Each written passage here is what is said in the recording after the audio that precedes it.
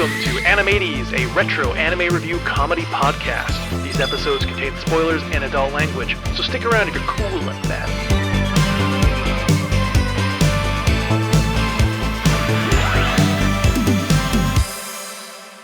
What is up, my friends? Welcome to your favorite weekly retro anime review comedy podcast. I'm your one host, Lindsay, and I am here with my connected but also pieced together co-host, Mackenzie. Mackenzie, say hello to the people.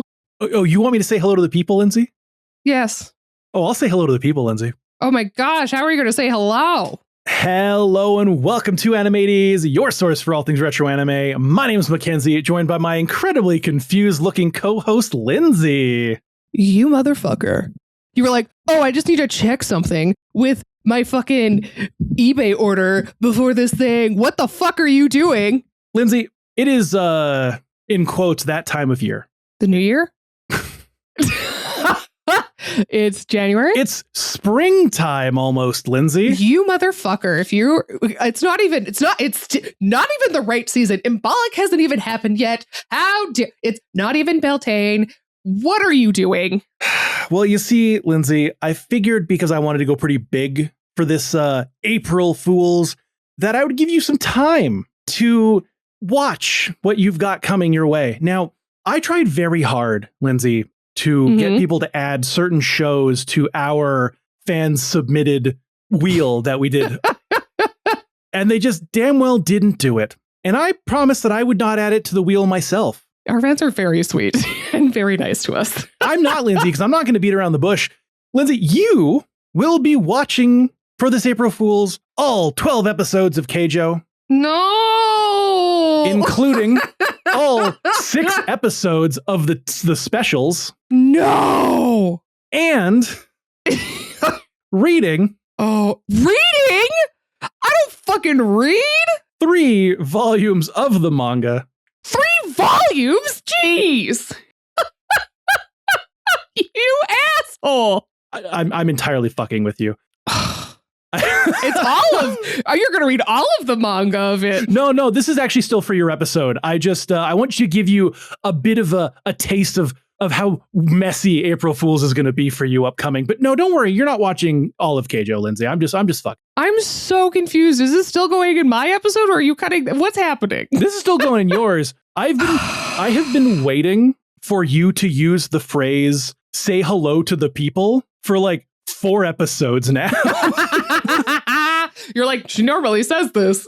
I really want to just let you know that I'm cooking for April Fools. Man. And it started with a little fool of my own here in January. How dare you? But yeah, hello everybody. Welcome to the podcast. It's very fitting for what I have planned for you. For today? Yeah, because I'm like, I don't understand what is reality? We just finished Lane. We're doing Lane again? Yeah, we're doing Lane again. Oh, okay. No, we haven't done one of these kinds of movies and shows in a while. And so I figured it was time to bring it back. And I felt like this was really appropriate, given that we literally just finished recording the last episode of Lane. This week, I decided we should do an anthology OVA again. Okay. Because we both enjoyed Robot Circus so much. And we enjoyed the first part of Memories. We did. I do love a good anthology. Good. Yeah. And I mean, I figured to celebrate us finally finishing Lane, I figured we'd watch something that related to something that I kept talking about constantly throughout throughout the series. Aliens. No. It was a specific franchise that Lane made me think of. Gosh, I don't remember this. Like a TV franchise? Yeah, no, it's a movie franchise. It has to do with reality, not being Black reality. Mirror. No, a different one, an older one from the 90s. X-Files? It was directed by 2 siblings. Oh, The Matrix. Yeah, I figured since we just finished Lane, we should celebrate by watching Animatrix. Ooh. Yes, it was produced by the Wachowskis in 2003, and this anthology film has 9 shorts that cover a variety of stories, ranging from the history of how the existence of the Matrix began to stories that were experienced by characters also in this environment. Yeah, it's really interesting. There's a lot of like goats of Japanese animation that made pieces for this film. Some of those names include Yoshiaki. Oh gosh, these are all going to be terrible. Yoshiaki Kawajiri from Vampire Hunter D, Wicked City, Ninja Scroll. Absolutely love him. Peter Chung, who did Aeon Flux. Koji Morimoto was animation director for Akira, Fist of the North Star, Kiki's Delivery Service, a lot of big fancy ones. And then Watanabe from Cowboy Bebop fame. And then, those are just some of the big giant names they got to do this film. I mean, we've also got Studio Madhouse on there. There's some Gainax reference in the credits. We got Studio 4 Degrees C, who's done some pretty good stuff. So that's always encouraging. I have not seen the Animatrix since 2003. I had never seen it before I before I watched it for the show. It's really cool. Oh, yeah. I really enjoyed it. I should not have watched it at the age I did, probably, but yeah. I think now that I'm older and have seen the whole entire Matrix series, I mean, I guess you don't really need to, but I don't know. I just thought it was a really cool supplemental piece for this trilogy. Yeah. So I don't know. I really liked it. It all came together when the Wachowskis were doing press in Japan for The Matrix, and they got to meet with all these people who they adored their work of, and they decided like, hey, maybe we should collaborate with them. And that's how this came about. So I think the Wachowskis, so they're producers on it. They also wrote 4 of the stories. Oh, rad. But the rest was all done by, like, they didn't do any sort of animation or direction or whatever. It was all handled by the Japanese animators and artists themselves. So it's pretty cool. It's very visually spectacle, or it's visually. You just go. Just give it up on your sentence there. I gave up on my sentence. The thing that I remember, the only thing I remember from this is the white-haired lady from the feudal Japan story. Oh my God. I think, okay, we'll talk about all that. But yeah, that one is Kawajiri. And oh my gosh, it's so beautiful and so cool. Her entire design has stuck out in my brain since I was a kid. She looks so cool. I'm so stoked to watch this again. This is going to be great. I'm very excited. I really enjoyed this one. And I think it's, we just finished a nice brain melty series, so we can go and check out another brain melty thing to follow it up with in a little victory lap. A little amuse bouche. No, that's at the beginning. But yeah, we're going to watch all of it. It's like 100 minutes. It's not a very long film, but it's cool. It's visually stunning. The narrative is very interesting, and it's all underscored by a really sick, dank soundtrack. So what else could you want? I mean, I can't ask for much beyond that. Sexy, white-haired ladies, cool soundtracks, sci-fi nonsense. Yeah, it's great. Do we get the usual characters from The Matrix in this as well? Yeah, there were 3 who did return. So it was like Neo, Trinity, and then there was a third that I can't quite remember off the top of my head. I don't that's think fine. I'm sure I'll figure it out once I get in there. Yep. So yeah, Keanu Reeves is in this movie for a hot second. Yep. That's great. Actually. Oh, what? One of the producers, Eiko Tanaka, is actually the producer for a movie I'm seeing this weekend. Oh, rad. Which one? All You Need Is Kill. Okay, cool. I don't know. Is that an anime? Yeah, pretty much. It's interesting style, but yeah. Okay, cool. I'm stoked. This is gonna be great. I can't wait to talk about a bunch of these stories. We haven't done an actual proper anthology like this, like you said, in a while. So fuck yeah, bud. Oh yeah, it's gonna be fucking great. I don't know why we went super Canadian. I'm gonna go grab myself a double, put on my my jersey there, and go watch some Animatrix, bud. We're gonna go take the blue pill, the red pill. We're gonna go take a pill and wake up on the other side of this. The red and white pill. It would be. And then we'll be back and we'll talk some cool stuff. All right, let's plug into The Matrix. Woo!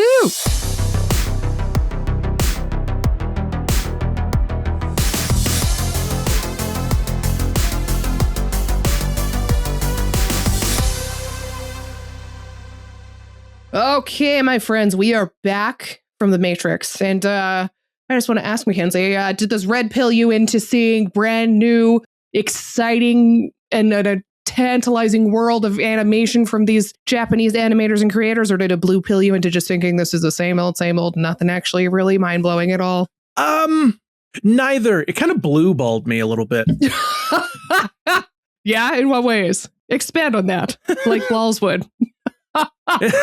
In the sense that, like, there's a lot going on that gets you excited. Mm-hmm. Fantastic animations, cool characters, like great design, yada, yada, yada. And it keeps like grinding up on you with that like design, but, and then there's not a lot of story going on in a lot of these. I mean, yeah, there's some of them that definitely don't. I think I don't know if, because like, yeah, you're going to get that though with an anthology movie though. I mean, you can't really give a full meal in terms of plot in an anthology. But some of these don't even give you the sides. That is fair. Some of them are just like, we're just going to wholly just rely on the sexiness of this and then not really much else. Yeah. Or it's a story that if you gave it 10% more in the writing department, it would have hit a nice bet, like a better stride. Mm-hmm. But overall, it's a really cool showcase of animation. Absolutely. I'm very glad there's not a whole bunch of the 3D animation in this one. I do prefer the animated 2D side of it, the 2D side of it. Mm-hmm. But there are still some stories that have really interesting and well thought out plot lines. Those are the ones that usually run more than 12 minutes. Yeah. The ones that tend to run 8 minutes get the shit end of the stick when it comes to time for storytelling, which I don't know why these are so varying in the time that is happening. Yeah, I don't really know either. I mean, that simply could just be in the individual studios' productions of it, but I don't have a concrete answer in terms of that. Like one of them's like 6 minutes. And it's like, okay. And it's still like an hour and 30 minutes long. Yeah. I don't know. I think there was some that really just felt more related to the series. And then there's others that were just like, this is just a random thing that would like. Yeah, they weren't Matrixy. Mm-hmm. They're like, oh, yes, this is taking place in the same universe. And you're like, okay, cool. But it's like, is it though? Yeah. There's like one slight Matrix connection or not. And that's it. Yeah. Yeah. No, but overall, again, really great. Now, I'm not going to do a big breakdown of each one at the start and then go through them. I'm going to do them one at a time. Mm-hmm. Because it's easier that way, because these are not one story. They are multiples. Number 1, Final Flight of the Osiris. Yes. This is the fully 3D entry. And here's the thing. For 2003, it looks pretty good for 3D animation. Yeah, it's not bad. It just feels like I'm watching like Advent Children or something. Like it's yeah. It's a very early 2000s 3D show. Mm-hmm. But it looks good. It doesn't look like certain things that were coming out around the time that you were just kind of like, this is acceptable for you. And this definitely brought back memories of me and my buddy Jeff watching Animatrix and very quickly turning and closing the door of the room we were in. I mean, it's a very sexy start of the movie. Holy moly. Man, yeah. We start with a blindfolded training scene in like robes, and you're like, all right, they're just training, whatever. And then they slowly start cutting each other's clothes. You thought they were just training? She's wearing just a shirt and no pants? No, I'm just saying, like, I'm breaking it down like as a kid here. Oh, okay. You're watching this, and it's just a training scene there in robes. You're not thinking much of it, whatever. And then they start cutting each other's clothes off, and you're like, yeah.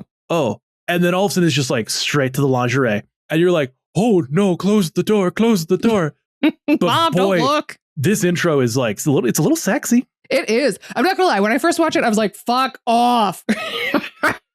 And then I was like, okay, I can, like, it softened me up. Yeah. It kept going. It's some interesting foreplay. It's just some stabbing before the stabbing. Hey. Hey. Yeah, I get it. Like, I understand why this might be foreplay for some people.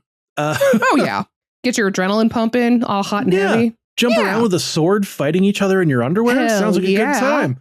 But they get cock blocked by sentinels. Ah, damn it. And the whole primary plot of this, and like, you get this really like cool, like sexy intro, and they're like, oh, there's the sentinels, and they're going to start digging underground. So we need to get you to send a message to Zion by going into the Matrix. And so she goes in the Matrix and she mails a letter, and then everyone dies. Yep.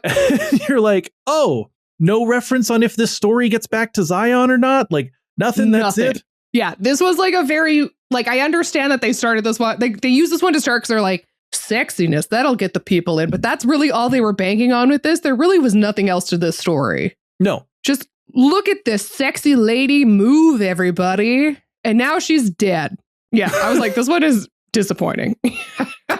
Yeah, this is definitely one of those ones that I was like, I wish we got more out of this. But they really were just like, we're only going to focus on the sexy stuff and then the rest is just kind of B plot. And you're like, okay, but no, you only have a certain amount of time. Like, you really should have given us more. Here's a weird thing. This episode is cut from certain releases in certain languages. Oh, in certain languages. First version I found was not in Japanese or in English. And it like started straight into the second Renaissance. And I was like, what the fuck is going on? And then I found a different version and I was like, what? And yeah, it turns out it's not in all of them because apparently it's a little too saucy in the beginning. Okay. I mean, fair. I can get it. Some people prefer modesty in their media. Okay. Sure. However, we're talking story. The next 2 episodes, which I'm combining as one, because it's the same fucking thing. The second Renaissance, parts 1 and 2. Yeah. Phenomenal.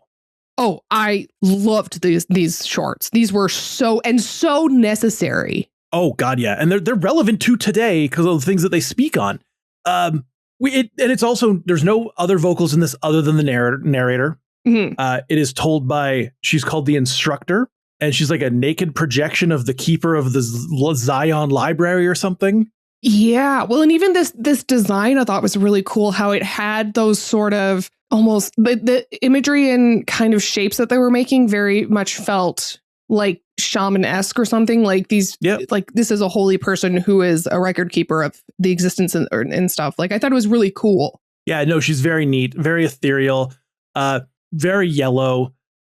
Yes, very yellow. Very yellow with a little bit of rainbow LED going on, but primarily banana. Yeah, which I mean makes sense, you know, LED lights and RGB and all that fun stuff. You can get the full spectrum. And I appreciate a well-narrated story. Some things don't need like a fully voiced cast. Yeah. And this doesn't need that because it feels like a retelling of history. Yeah, exactly. This is our history lesson for the universe. Yeah. Sharing of stories to the next generation, although there's not a next generation in this world.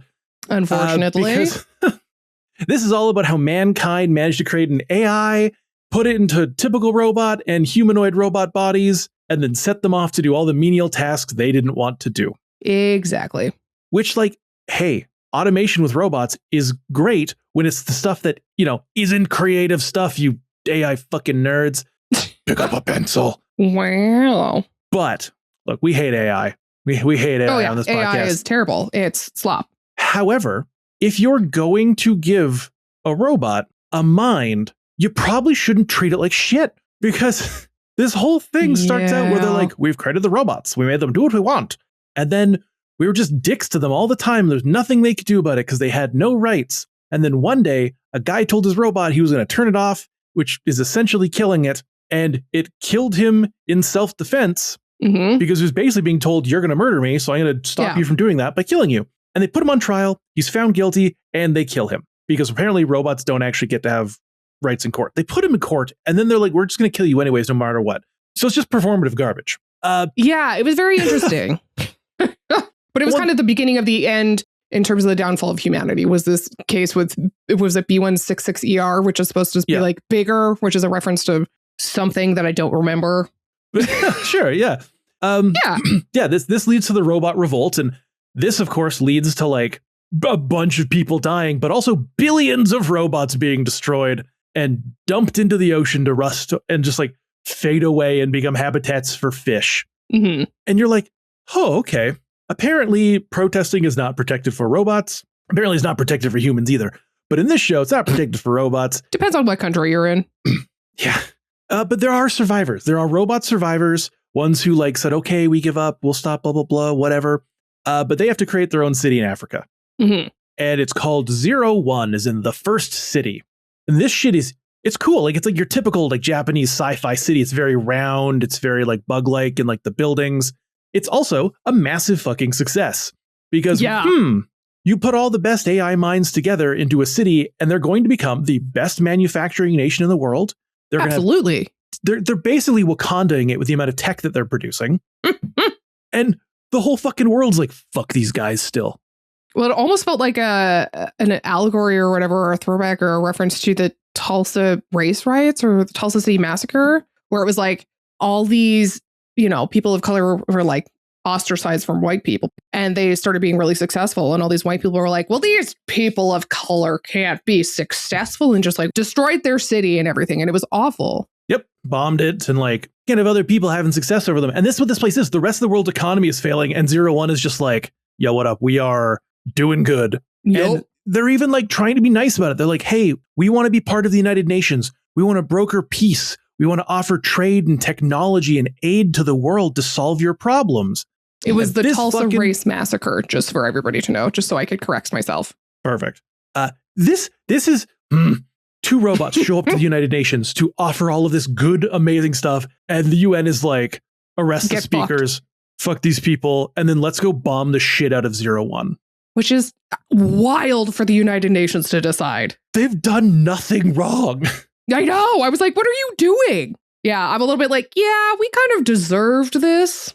Well, thankfully, machines don't give a fuck about heat or radiation and are just like, well, we tried. I guess it's actually time to like violently revolt. We gave you options. We gave you so many chances for peace and love and unity, and you've done nothing but kick dirt in our circuits, and we're fucking done. And so they go to fucking war. And like, goddamn, like the world. And this is another thing that's very indicative of how people as a whole work. We go, oh, you know what we're going to do to destroy these robots? We're going to block out the sun across I know, which I was like, no, that's not going to work. Do you know what needs sun? Organic beings, organic life. Yes. And that's exactly it. They're willing to destroy so much of their own world to take out these robots because they require solar power. Because humans don't, apparently. Yeah, it's fucking dark, though, because they're like, all right, we're going, I mean, literally, because the sky's gone, but like, because now humans won't be able to grow food and stuff like that outdoors. Now the robots are running out of power, but it also means you've backed the robots into a corner. So they're like, fuck it, we're going to go even more ham. Yeah. And like up until this point, the animation's been, pretty standard, pretty calm, even in like some of the like rioting scenes, nothing too crazy, other than that scene where we watched them strip and beat a female robot to death. Ooh, that was rough. That was a little rough.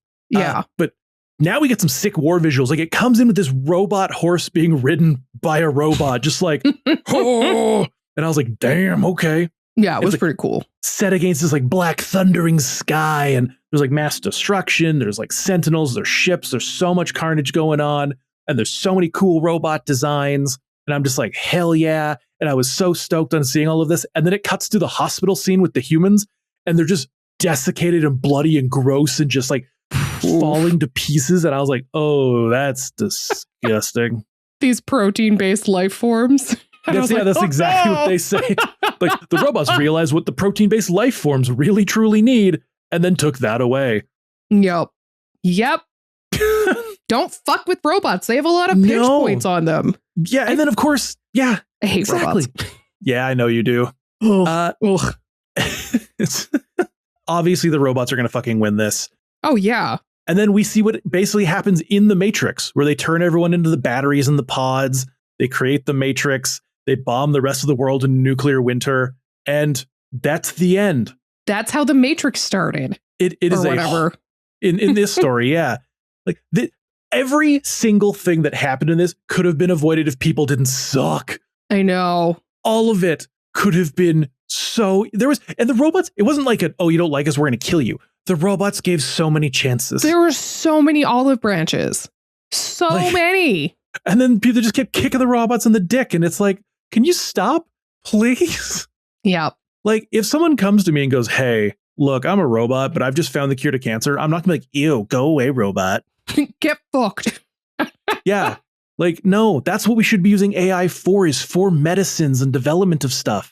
There are some labs that have used AI. Like, this is one of those good uses of AI. So I always want to tell people about it. But it's like to run mathematical, like chemical equations or whatever to help synthesize proteins. I don't know. Science shit. Yeah. And it's not taking the jobs of scientists. The scientists are still there doing stuff with this data and understanding it and putting it to use. It's just we're doing 100 years of calculations in a week. In a lot quicker time. Yeah, exactly. So that's totally cool. I don't want the next Vincent van Gogh to be an AI artist. I would rather shoot myself in the face. But yeah, that one is a phenomenal story. It is just such a real world example of what goes on when people don't like another group of people. I know. And it's absolutely terrifying because it's, you can relate this to so many different types of conflict between people. And it's still like, we still haven't learned the lesson. We still see this to this day, and we're going to keep seeing it. People, it's like when people don't get the point of X-Men, they're like, oh, X-Men has become woke. And you're like, no, my dude, that's what it always has been. I hope they don't politicize the X-Men, the upcoming Avengers movie. And it's like, boy, what do you think they are? Do you not understand metaphor? They're like, I don't know. What is it for? I thought Meta was a Facebook platform. Oh my gosh. I don't know. People are stupid. That's what I assume they say. But on to the next one. Kid's story. Yeah. And if you thought things were going to get less bleak, they don't, because this one starts with like a dream of this dude committing suicide. Yeah, it starts real happy. So this whole thing is like, he starts to question his life and like things are real or not. And then Neo talks to him on the computer being like, no, you're right. This is not the world you think it is, blah, blah, blah, blah, blah. And God, I know that this animation style is supposed to be like unique and different.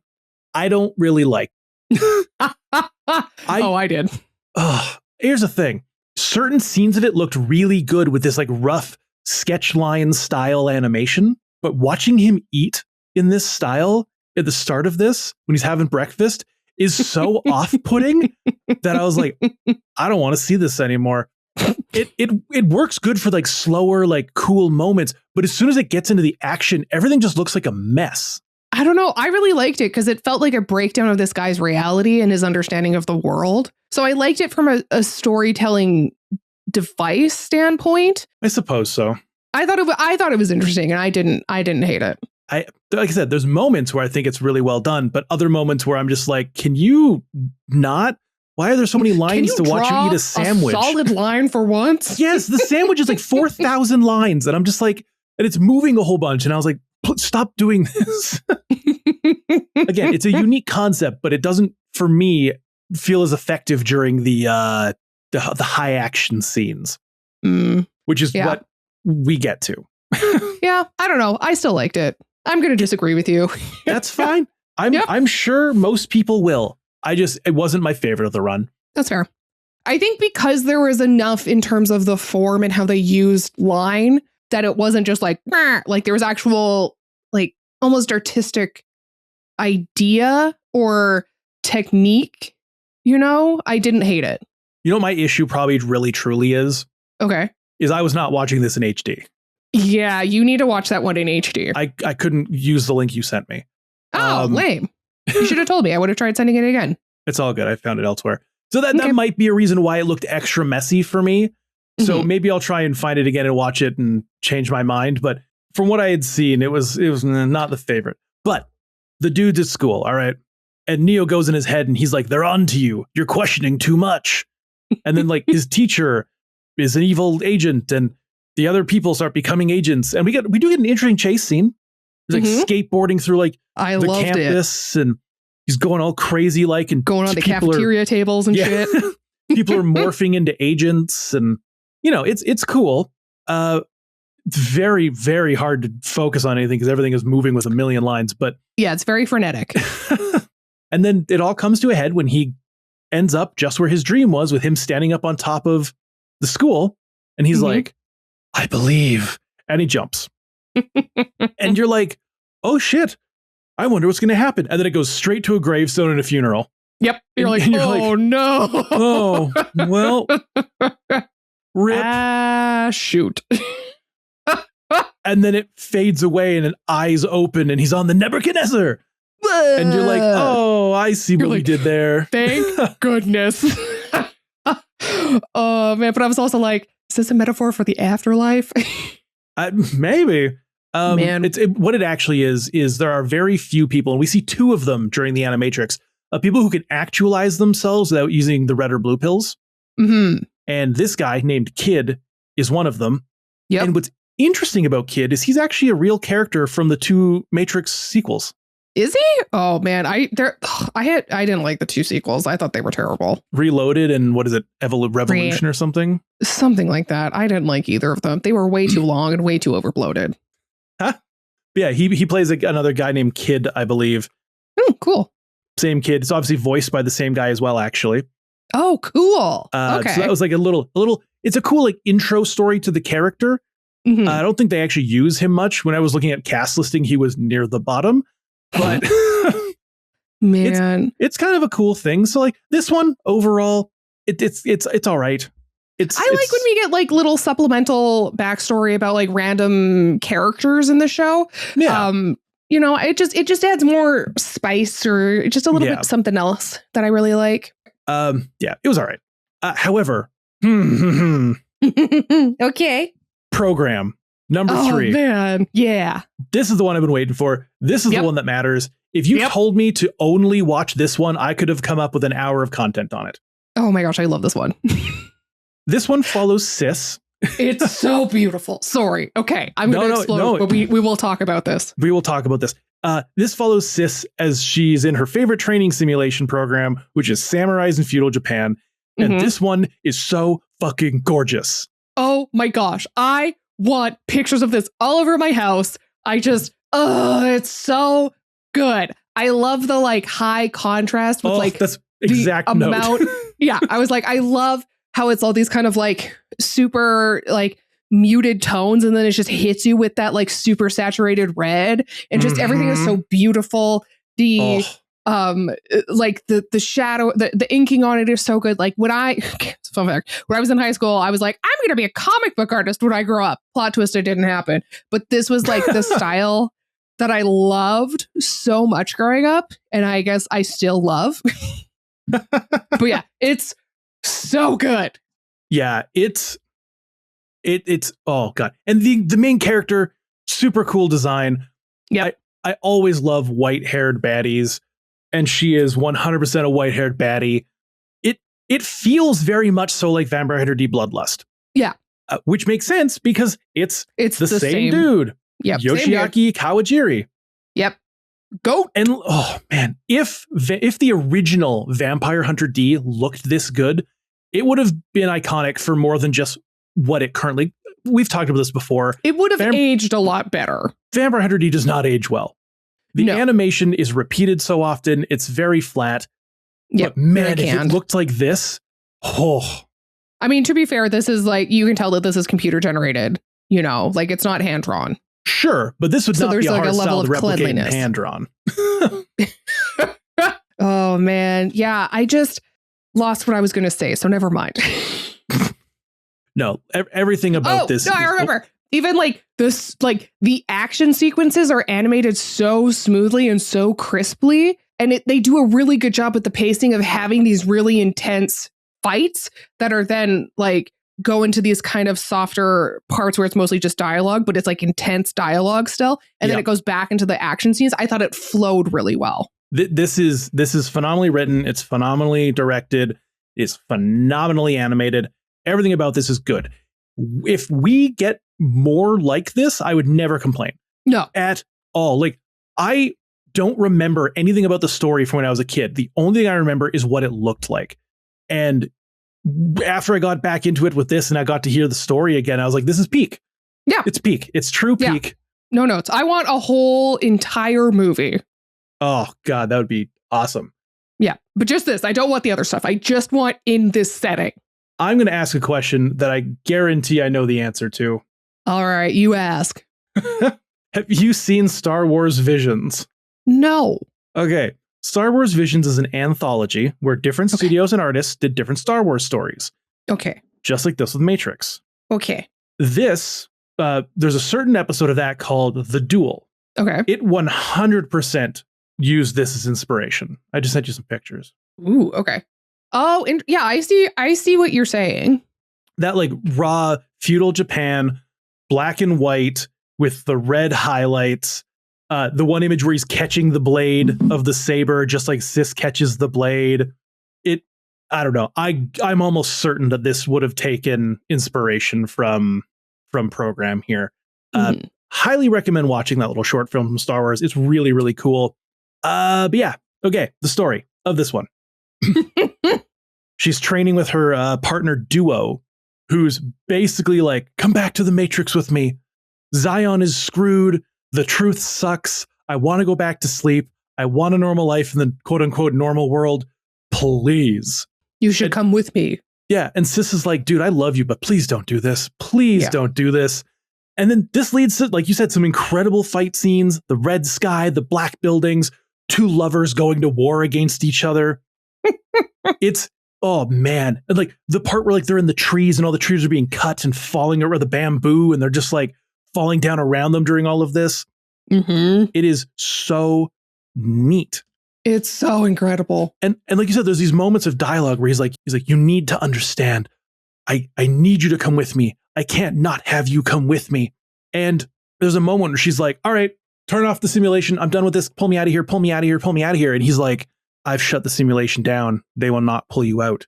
You're going to come with me. You have no option. I am going to take you and then I'm just going to brainwash you into being cool with this in the real world when I wipe our memories. Which is what true love is. Oh, yeah, you know it, baby. Brainwash them and make them yours so that they can't leave you. And then when she's like, no, I literally am not going to do this. He's like, fine, I guess I'm going to kill you. And this scene, God, he jumps from the rooftop. He swings a sword down. She catches it in her hands. And like in a split second, she snaps the blade and then stabs it into his throat. And it's so good. Oh, man, like the emotion behind it, too. It's so sad. Like, imagine the person you love betraying you and you're forced to kill them. I could never do that. It's rough. It would be horrible. Yeah. I'm like, now that I actually have someone I love, I'm like, oh, no. Yeah. Oh, my gosh. She kills Duo and the training program ends. And you think like, oh, we're going to like look over back on the, like whatever ship they're on. And we're going to see Duo laying dead on the chair, jacked in. But no. Sis is alone, and it's Bender, a.k.a. Joe DiMaggio, a.k.a. whoever the fuck this character's name is. I didn't care to look because he pissed me off so much. I thought his name was John DiMaggio. I don't know. Because I remember looking at it and being like, wait a second. Because I also was like, Joe DiMaggio. Whatever it is. It's the guy that does Bender. Futurama. I don't know. He just like looks at her and he's like, hey, girl, chill. That was all just part of the training. I modified the test for you and you passed. Yay! What a dick. You know what's even more of a dick move? It's John DiMaggio. Well, okay.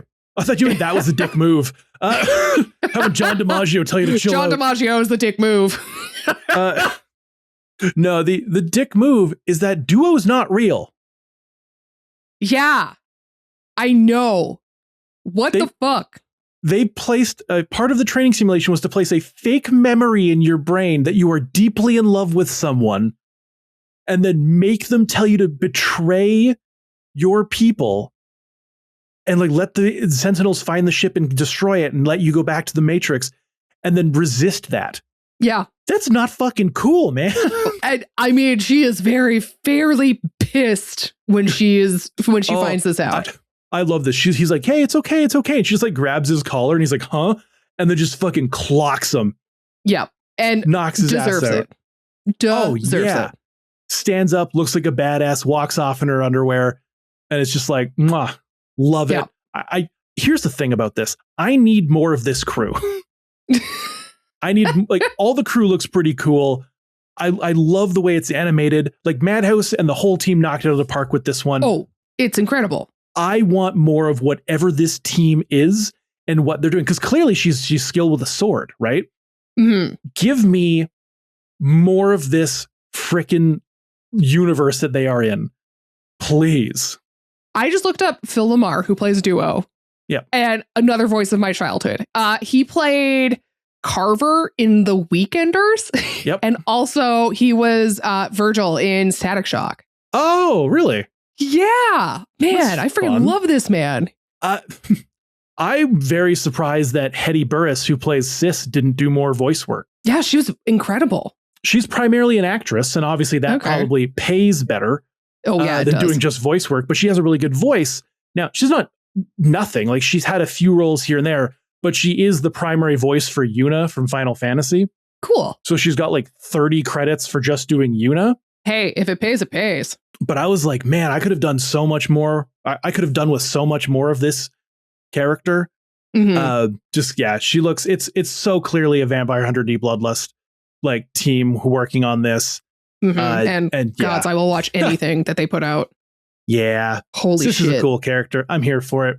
Yep. There's so much good fan art of her, of people just simping hardcore on Twitter. I simp for her. Holy shit. Like I said, we stan our white-haired baddies. Oh yeah, we love them. This one is my favorite of all of them. I'm not gonna right now off bat. This is my favorite of all of them. I think we're in agreement. I also am like, this is my number one. Yeah, there's some other good ones coming, but like this is tops. Yeah. You will not beat this. Just the conflict and the moral situation that Sis is put in and things like that. Like, it's so fascinating from a psychological character standpoint, and then also mixed with this beautiful design with excellent execution and combat and things like that. Like, it's incredible. It's perfect. Like chef's kiss, no notes. Hell yeah. The next one's called World Record, which is also done by Kawajiri and Madhouse. But this time, instead of being set in feudal Japan, we are coming back for a story about a track athlete on the verge of, again, self-actualizing and waking up strictly through sheer determination and skill. And it's not quite as good of an animation as Program was. No, it's definitely a different style. It feels more kind of in that Dead Leaves universe. Yes, exactly. It feels a little bit, it's a little more fluid and kind of like, it's just like the main character, Dan, who has a bunch of swagger and he's very motion-like and he's very just like left and right. The whole thing is very liquid in a sense. Yeah. And it's about him trying to get a world record with like little bits of lead up story spliced in, talking to a reporter, talking to his coach. We see agents hiding in the crowd being like, we need to make sure he doesn't realize the truth through his running skills, which is an interesting story. And it's pretty cool. Like, dude does his race. He bursts a muscle in his leg while running and then somehow runs through the pain to get the world's record time. I'll tell you what, if you have a muscle disconnect from your leg, you are not going to keep running no matter how determined you are. I don't know. Adrenaline will do a lot of things for you. Not if the muscle's gone. I know. I'm being sarcastic. No, it magically cures it for you. Dude's whole thigh explodes and he's like, I got this. And I'm like, you shouldn't. Give it a little, put some Voltaren on it. You'll be fine. Oh my God. But yeah, as he's like getting close to this finish line, all of the runners turn into agents. They're trying to grab him. We get this moment of him starting to actualize where he like wakes up in the pod in the world, like the real world. And he's like fighting against all these things strapped him, trying to break free. And it's really, really cool looking. It's like all of the sweat around him starts to like form into numbers and everything kind of like matrifizes. You know what I mean? I know what you mean. Everything goes green and black. Yeah. And then he wakes up in this red world and it's just like, that's really cool. And I thought that where we were going to go is him waking up, but nope. Guess not. We watch him crash to the ground and he does set the world record, but he literally permanently loses the function of his legs. Yeah, he basically paralyzes himself by pushing himself that far. Like, God, is a world record really that worth it? It's a legacy, my dude, I guess. What if someone ever beats it? You'll still be known for it, I guess. I suppose, but like, dude's not that old. He paralyzes himself just to get, I don't know. It doesn't seem worth it to me. And I don't actually know what the fuck is happening at the end of this one. When the nurse is talking about cherry pie. Well, yeah, she's just trying to be friendly, I guess. But like my issue that I don't understand is like, he's like being pushed by this nurse and the agents are like, oh, don't worry. We've neutralized him. We'll watch him for a bit, but he'll never run again. He'll never awake again. It's all good. And then he like stands up on his own and the nurse is like, oh my God, he's standing. And it like kind of fades into white a bit. And he says the word free. And it looks like he's about to fly up like Neo does in the Matrix and like escape out of here. But then he just collapses on the ground. I think maybe it's him trying to chase that feeling of when he actualizes or whatever, but not physically being able to do it anymore. And so I think in that moment, the agents are like, oh shit, like he's doing it again. And they go to try and stop it. And then nothing happens because he physically can't. Yeah. I mean, that's dark. Because like not only are they taking away his whole life with like the leg thing, because like he was a runner, that was his life. Yeah. Now they're like, oh yeah, you're actually not gonna be able to know what's going on. Because here's the thing, they wiped his memory. They said they wiped his memory of everything related to the awakening. So the free thing, he doesn't know why he's saying that. So when he just falls on his ass, that's just a sad man. Yeah, it's really terrifying. I mean, this IP already isn't a very happy IP, but that one, I don't know, it just like hits you extra hard. Yeah. It's like, oh, that sucks. We've all had our dreams come crashing down every now and again. Not to this extent, I would say, but no, I've never paralyzed myself in pursuit of getting more listeners for the podcast. No, I mean, when I broke my arm, it was quite devastating because I was like, I need that to do my career and to do what I'm passionate about. So, well, I'm glad you can still use it. I'm glad I can still use it too. This takes us to our next one, Beyond. One that I really like. I think it's a cool concept. This is the one with the cat. Yeah.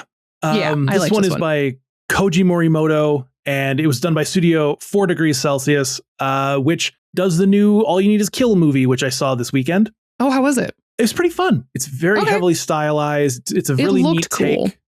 Yeah, it's different than what the actual manga is like, but I like the change they made. I think it's a neat little kind of way to go about it. And everything's like the Technicolor aliens are very cool. Man, we love a Technicolor alien. It's worth checking out. I think so. I brought a buddy of mine who, doesn't usually go to this kind of stuff. And he said it was really neat. So I'll take it. This is the same guy I also took to Vampire Hunter D, the original. And you're like, I'm so sorry. I was like, I'm sorry. You don't have the nostalgia for this one.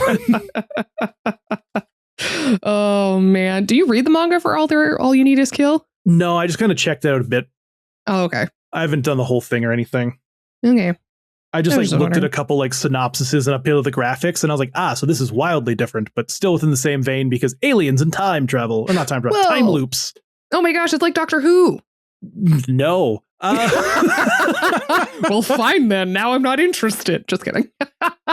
This one is though. It's very interestingly drawn. Like the backgrounds are beautiful. There's like some use of CGI in this that is really well done and subtle. And yeah, like you said, there's a cat. It follows Yoko, who's also voiced by Hetty Burris, and her cat that she's trying to find.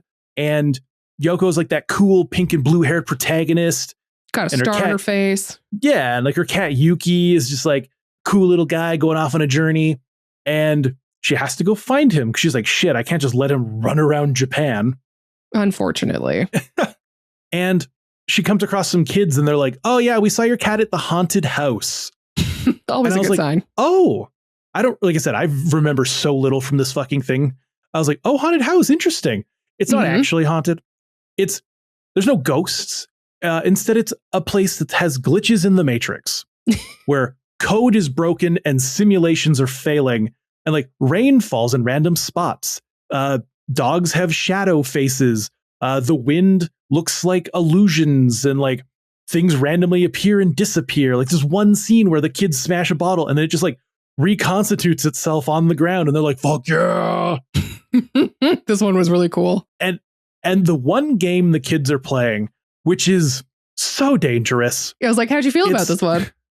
Let's belly flop off the roof because apparently there's something on the ground that stops you before hitting the ground and floats you there. And they're trying to see who can get as close to the ground as possible without dying. Man, what a terrible game. Super fucking dumb game. You know what's even weirder? Yeah. Tell me. You do know? Oh. No. I said, tell me. You know who voices these kids and like a lot of other people? Oh, the one person sounded really familiar, but I don't remember. So one of them's Tara Strong. Oh, I just saw who it was. Yes. And Tom Kenny. Oh, never mind. I was someone else. Who are you thinking? Tom?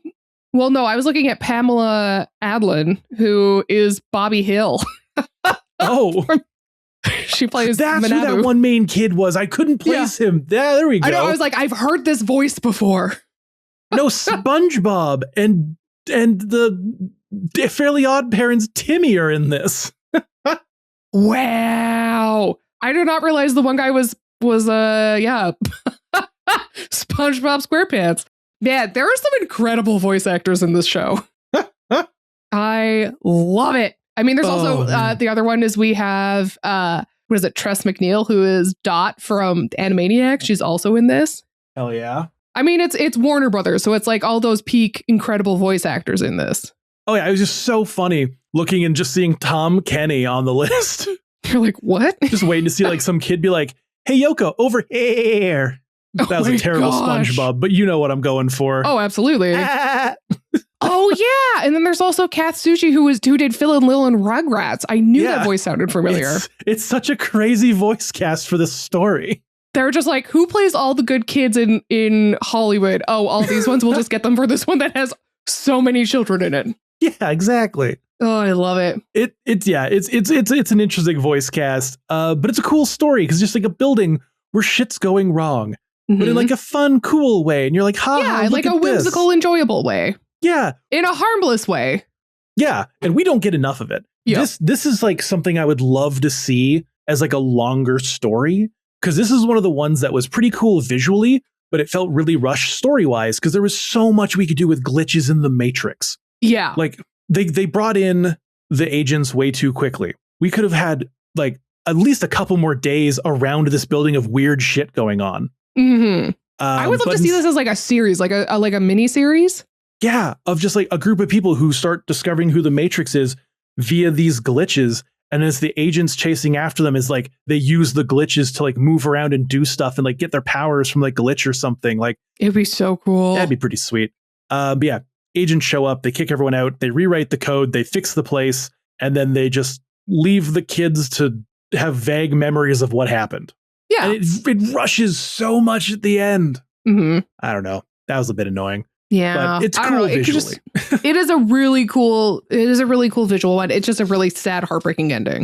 It's very tragic. How is it tragic? Don't they like explode the house with the kids in it? No. I thought they did. What? I don't remember seeing that. Maybe I'm wrong, but I'm pretty sure it ended with these kids like, because our lead gets out, Yoko, and all that fun stuff. But I'm pretty sure the kids were like still in the house when the agents came in. No, because we see them at the end and he's looking at a can and he's like putting his hands out like he's a psychic trying to move it like he did when he was in the house.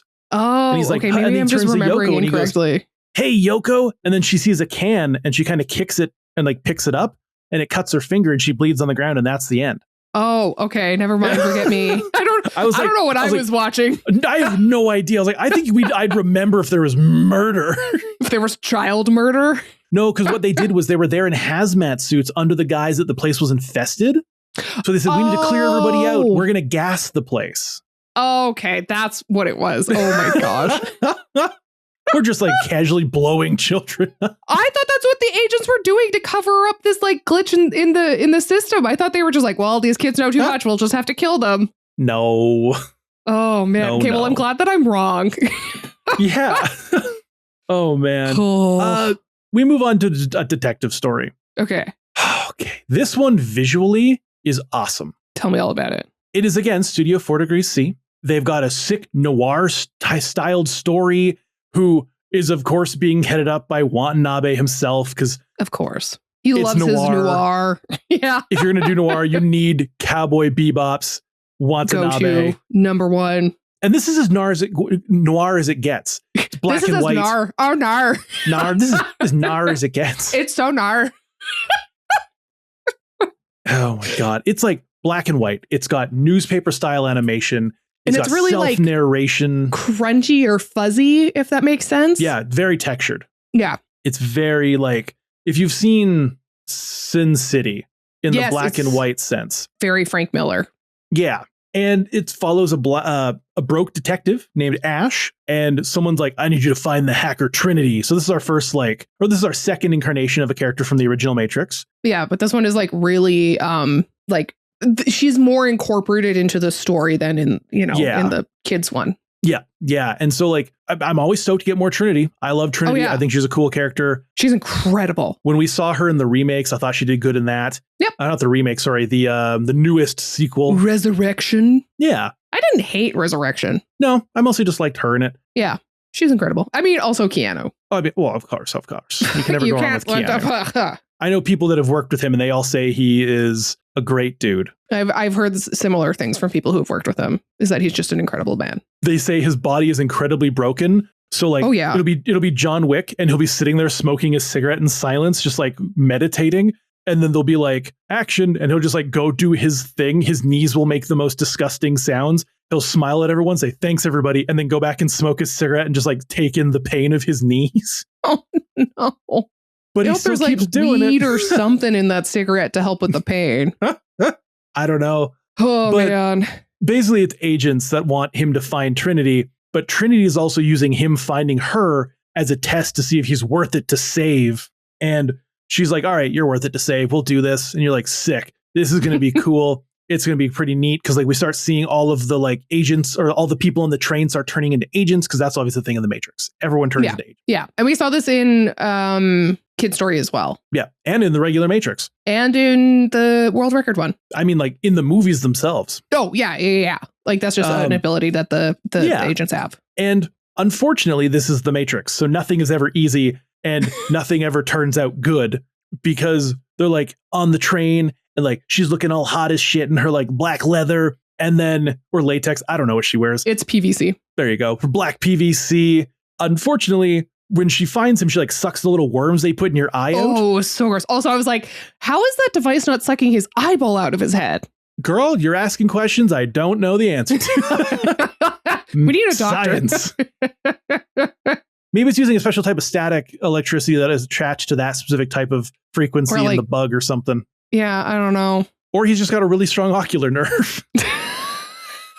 That thing is in there. That's the real test for if you can go in the Matrix. If you got good eyes. If you can keep your eyeball. There's just a bunch of people with one eyeball. Oh. But apparently she wasn't fast enough because they're on the train and he starts like flickering a bit as if he's about to turn into an agent. And she's like, ah, shit. Well, sorry, dude. You were worth it, but it's too late now. And she just jumps out the window. Yep. And we end with What him an like icon. smoke. Yeah. Then we just end with him smoking a cigarette as like the agents find him and he's like, life's a bitch.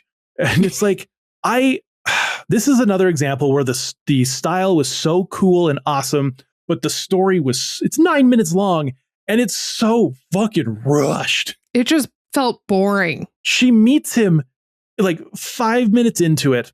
He finally catches up with her. There's 2 minutes of them together. And then there's just like the end minute or two of her being like, ah, sorry, dude, sucks. Jump out a window. And then the agents walk in. Yeah. It didn't feel like it did anything for the kid did more than this one did for like it established a character. It brought someone into the Matrix. This one, even if they didn't successfully bring him into the Matrix, that's fine. I'm cool with a darker story where it doesn't work, just like in the world record one. Mm-hmm. But this one, why are you bringing Trinity to us if you're going to have her on screen for 30 seconds?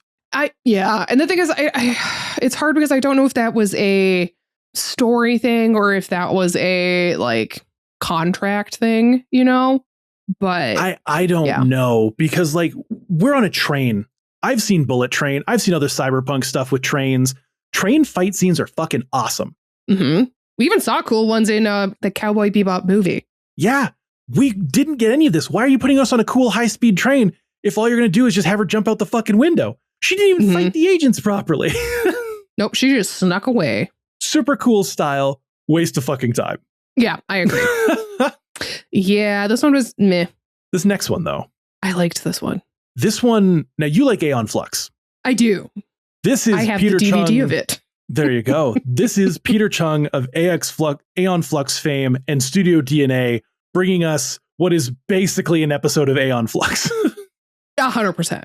This is like if the other styles were like kind of similar to stuff here and there, this is 100% Aeon Flux. There is no questioning like, oh, it's an animation or oh, it's a 3D style. No, this is Aeon Flux. And that's not a 100%. Complaint. Aeon Flux is a weird, cool little show. I love with a dumb live action movie. Yeah. It's unfortunate. But like we follow this cool looking girl, Alexa, who is of course in black PVC and her underwear. Because fuck yeah, that is typical for Aeon Flux. What? No. She also has like a weird little monkey thing. I don't know why it's there's like a marsupial. monkey. It's like a no, it's not a monkey. It's like a it's or not like a monkey, sorry. big, A slow loris. That's it. It looks like a slow loris or like a tapir or whatever it's called. Yeah. I don't know why they have one of those in the Matrix. I don't either, but I love it. Was this the Matrix story? I thought this was kind of like the world Like not the Matrix, because the Matrix is a simulation. I meant like the universe of the Matrix. Yeah. This is set in the quote unquote real world. Yeah. Yeah, this is set on the surface of the real world of all places. Yes. And it's basically a metallic fever dream. Mm-hmm. Because the whole story here is that they want to trap a robot and then they want to jack it into their own version of the Matrix that they coded so they can try and convert it into like understanding why it should turn on their robot masters, create a world like what used to be and like the beauty and the this and the that. And the one thing I appreciate is they're like, why don't we just brainwash it and reprogram it? And they're like, we can't reprogram it. We need it to realize it itself. Yeah, I liked that. I thought that was really interesting. It saves it from also being like a slave. That's the exact term they use. Like, we don't want a slave. We want an ally. Yeah. And I really like that kind of way that they went about it.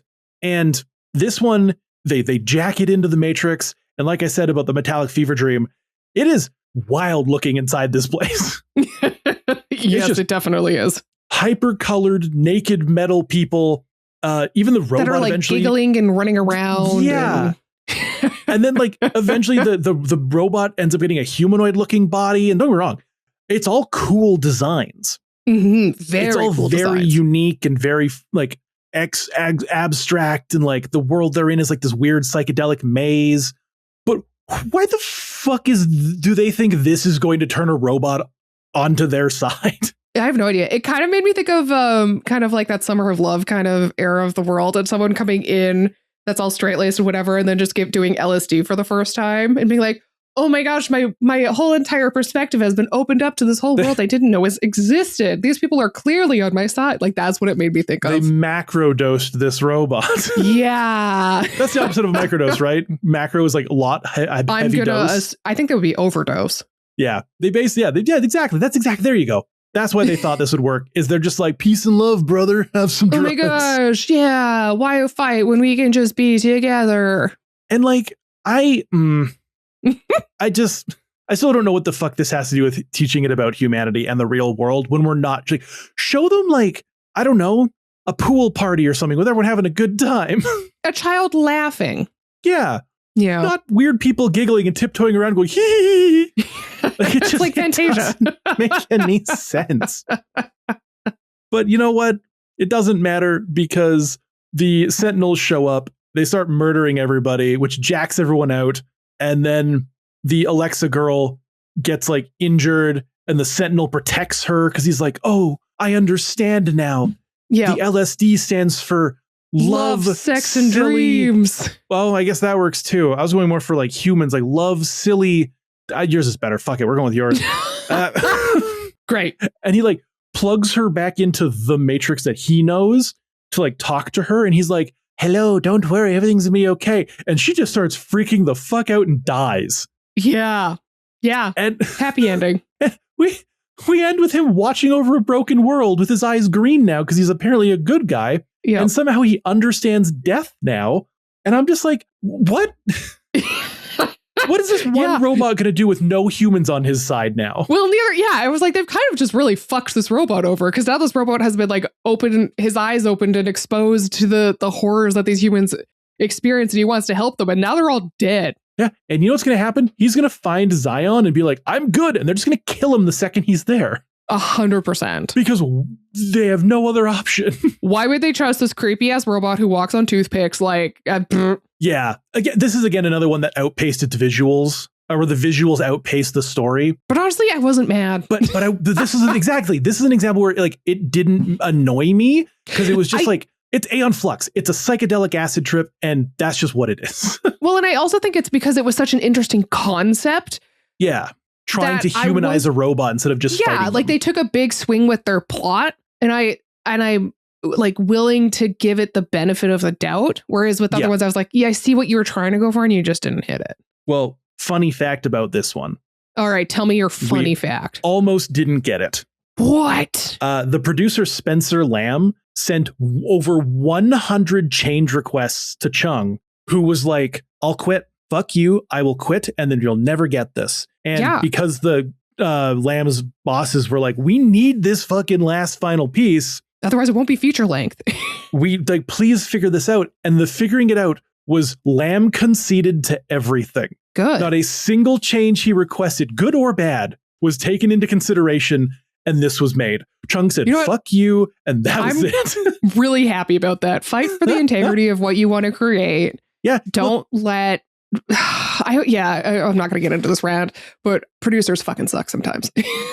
Yeah, it's one thing if like another creative comes to you and is like, hey, I think if we kind of change something like this, maybe tone down something like this, it would actually be a really good viewing experience. It's another thing when some producer comes up and is like, the kids these days like skateboarding. Could you put the robot on a skateboard? Or like some bullshit like that. It felt like it wasn't providing anything like artistic credible feedback. Yeah. Instead, it was just giving it like a capitalist, like money making feedback. And you're like, stop. Yeah. Like, needs more ass. And he's like, there's enough ass. Or like, he might have needs more this or needs more that. And it's like, no, he said, fuck you. He got his way. He won. And we end the Animatrix on a Technicolor note. Yep. I'm not mad at it. Dark note. No, exactly. And the funny thing about the Animatrix is it just goes to show you how bleak the Matrix is as a whole. Yeah. It's not we knew this wasn't a happy story. No. But it's I was hoping that maybe we'd get one that was like an actual, like ridiculously happy, cool, like someone fucks up a bunch of shit kind of story as like a side story in the universe. But I realized they were trying to keep it within like the regular bounds of the Matrix of like everything's dark and robots tend to win a lot. Yeah. I think the closest we get is with Beyond, but yeah. Yeah. Beyond almost felt like an episode of like a Digimon intro of like kid goes to a place and it's all glitched and now she's going to get sucked into the digital world. Oh, this is how she gets isekai'd? Yeah. Yeah, I can see that. The kids are throwing a bottle and it keeps like breaking and then coming back and breaking and they like throw it as she goes to reach for something and it breaks around her hand and as it reconstitutes, it sucks her into the reconstitution. It teleports her away into another world. It'd be real cool. It would be. Yeah, let's make this series. God, if only. Overall, I think this is a cool piece of media. Even if the stories at times leave you wanting more, the visuals tend to make up for all of it. If you're looking for a high like variance in visual and art style, if you're looking for inspiration almost in your art, this is a good place to go because you get a lot thrown at you in a bunch of different styles. And you're like, oh, you know what? I want to try being a noir type artist. Well, you got it there. You've got your psychedelic, you've got your Aeon Flux weird faces, you've got all your stuff. So I think as a whole, pretty good. I think we 100% need more of program, and I'm going to contact the creators of the Matrix, and I'm going to go, hey girls, we need more of this. Be like, hello, Wachowskis, you don't know me. We need more program. All right. Well, okay. So we both know what our favorite is. What was your least favorite one of these? You'd think it would be Kid's Story. Okay. But I think it has to be a detective story. Okay. Because it is so beautiful looking, but it utilized itself so poorly that I'm just like, this was a waste of my time. Kid gave me something within the Matrix. This gave me nothing. Yeah, I think I would agree with you. Because like I was going back and forth between this one and Final Flight of Osiris. But the thing is with Final Flight of Osiris, I think because of where it's placed within the runtime of the show, I think it does a good job of like easing people into what's about to happen. So that's why it doesn't make it the worst one that like my least favorite. Yeah, I think Detective Story is my least favorite. You were just happy to see butts. Oh, I was so excited to see butts. Hell yeah. Look, it's 3D. Man. It's a good butt. What can we say?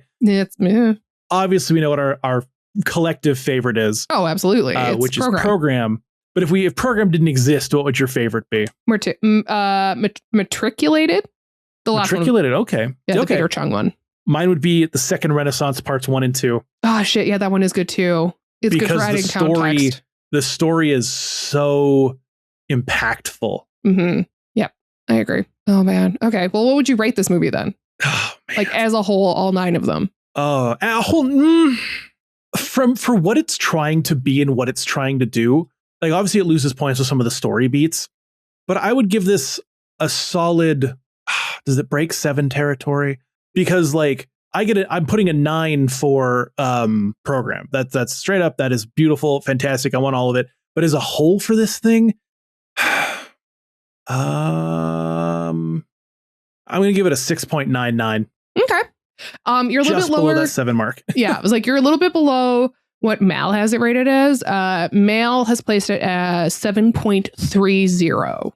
Okay. So And overall, that's pretty fair. good. Yeah. I'm sure other people reacted better to some of the stories than I did. But no, still a good piece of media. Absolutely. Like, I would tell people to watch this. I think it's a really fun, kind of like artsy foray when you don't want something super heavy, but you want to have something that's really still has that kind of darkness, but is still interesting. This as a concept, and these sort of anthologies are what I want in my anime. Mm-hmm. Because the number one thing that pisses me off is when we have beautiful worlds that we don't utilize other versions of or whatever, like Dragon Ball Z. Dragon Ball Z has a whole bunch of characters, a bunch of like neat storylines, blah, blah, blah, blah, blah. But I don't want to wait 10 years between series. And I also don't want to just keep getting the regular story in manga. I would love if we could get side stories in between releases or as their own individual volumes where it's like, hey, you know what we're going to do? We're going to tell the story of a female Saiyan from 100 years ago on a planet trying to take it over. Or we're going to do a story about this other type of thing going on here or this here. Like, or we're going to use a whole new universe with all new androids. We're going to tell a separate little short story across 3 volumes. No one does that with their media properties. They're so protective of it, where they're like, no, it needs to follow the same storyline. And that's why I like things like this that give us these like alternate variations and like things that can happen within the world. And I think that is something that anime needs to do more often, which is just give us unique retellings of existing properties from different perspectives or different universes or whatever. I think it's a good way of fleshing out a world that exists in a way that isn't like it's bite-sized. It's not, making people have to learn about new characters and like have to develop a relationship with them. It's just like a little, like, here's a little tidbit of something else that expands this world beyond what you already know. And it just helps to flesh it out more. Like, I think of Danger Days by My Chemical Romance. Like, they did that album and then they released a little EP called like, is it Mad Kid or no, something in the Missile Kid. I'm sure Mad Gear and Missile Kid. And what it is it's basically like 3 songs, but it's what My Chemical Romance thought that these killjoys would be listening to on the radio. It's just a little something extra that just helps flesh out this world and this concept a little more, but it doesn't require a lot of the audience, I guess, if that makes sense. Yeah, no, absolutely. It's just a little thing I always have that's an annoyance where we focus so much on the primary characters and we never tell stories that expand the universe beyond the core grouping. Mm-hmm. Because they're cool worlds and we want to explore them more. Yeah. There is so much more to, like, these creators create these amazing worlds, these amazing properties. We should be able to gain access to more of those outside of having to wait for the main characters to go there. And Dragon Ball does this a little bit with like certain storylines like Jacko or like some other stuff. But like, I want more series to give us weird, interesting side stories in their worlds. Mm-hmm. That's all I request. Yeah, man. Okay. Well, I guess that's all we have for this week's episode. Thank you so much for listening and sticking through or sticking with us through this whole entire review of the Animatrix. If you like this episode, we have 150 some other episodes that you can totally go listen and check out on and listen to our ridiculous, hilarious banter and how fantastic we are. We also have a YouTube channel. Our own horns here. Hell yeah. We have to shill somehow, my dude. We also have a YouTube channel with some other long form content, some short form content. It's really fun. Go check it out over there. And if that is, you're like, yeah, this is great. Give me more, baby. We also have a Patreon. So you can go over to patreon.com/animates and sign up for free. Or if you would like to give us some money, we would absolutely appreciate that. It can help us, produce more content like this. And one thing we will do is Mackenzie will read your name out on the podcast. So Mackenzie, go. Wow. Way to jump on it. You're ready to go. All right. Starting with our supporting characters, we've got Eric, Mushishi 13, Aladoris, and Heisei Holmes. Moving on to our retro cuties, we've got Lexi Two Hands. Ooh, not just one hand. She got 2. Hell yeah. Rocking that Black Lagoon. Ooh. We've also got the Lesbians. Love them. And moving up from our supporting characters into the retro cutie tier, we've got Jake Peralta. We also got Matthew Squishy Taters, Cammy Chew, A deep, sexy voice says, relax. Ooh. And waking up at 3 a.m., Carly J. Jepsen grabs her idea journal and scribbles down NASDAQ Genesis Evangelion. Gendo equals crypto, question mark? Oh my gosh, you figured it out. She broke the matrix. Dun, dun. Oh man. And then finishing up the retro cuties, we got Infinity Bandana managed to walk 2 miles through the snow while sick with the flu. What a shame. And then we're moving on to our Chibi Champion tier. We've got Gasidic. Most people don't remember now, but the original name of the podcast was Anime Out of Contempt. Ooh. Says Misaka. I'm assuming that's for the AOC boys. I think it is. And then our final one here, we got Swamp Wizard. Whoosh, whoosh, whoosh, whoosh, whoosh, whoosh. Well, that was fabulous. Yeah, patreon.com/animates to get access to bonus content, pre-banters like the one we just posted today with a bunch of silly quizzes we took within the anime sphere, and of course, access to our Discord. Oh my gosh. All right. Well, stay tuned for that. Until then, I don't know. Go touch grass. See you next Tuesday. Goodbye.